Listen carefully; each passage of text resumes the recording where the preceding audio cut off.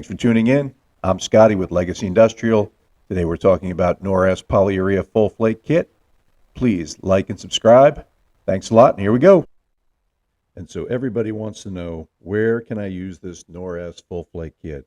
Garages, workshops, home gyms, retail locations, food service, restrooms, and let's not forget about private aviation. Excellent for airplane hangars, all the resistance you need to chemicals and fuels that sometimes leak out of airplanes. Let's not forget about costs. We want to do this efficiently as possible, and definitely doing it yourself, that's the way.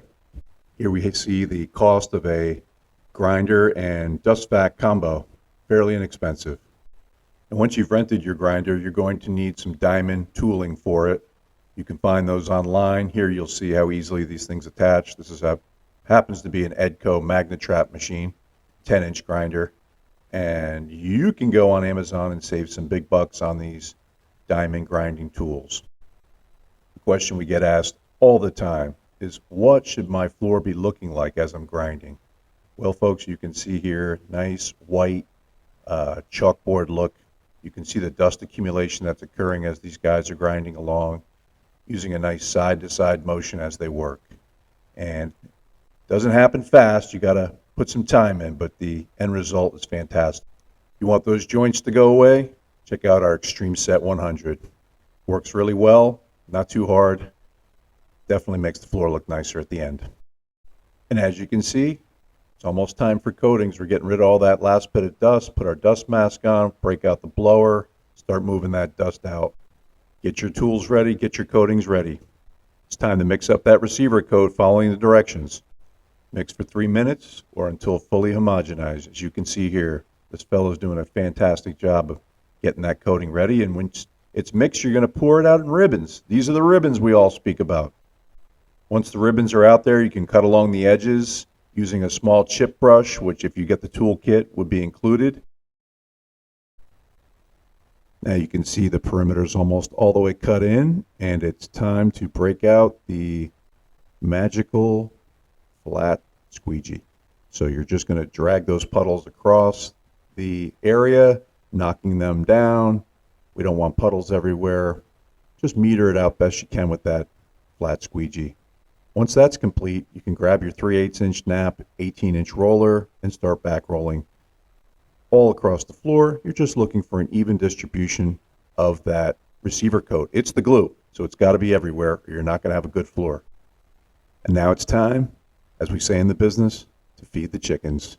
And here's your flake. Nice wombat is the blend, if anybody was interested, and it's being broadcasted into phaser tan receiver coat. And literally, it's like feeding the chickens. There those chickens are. Just throw it out there. You want to cover every square inch of that coating.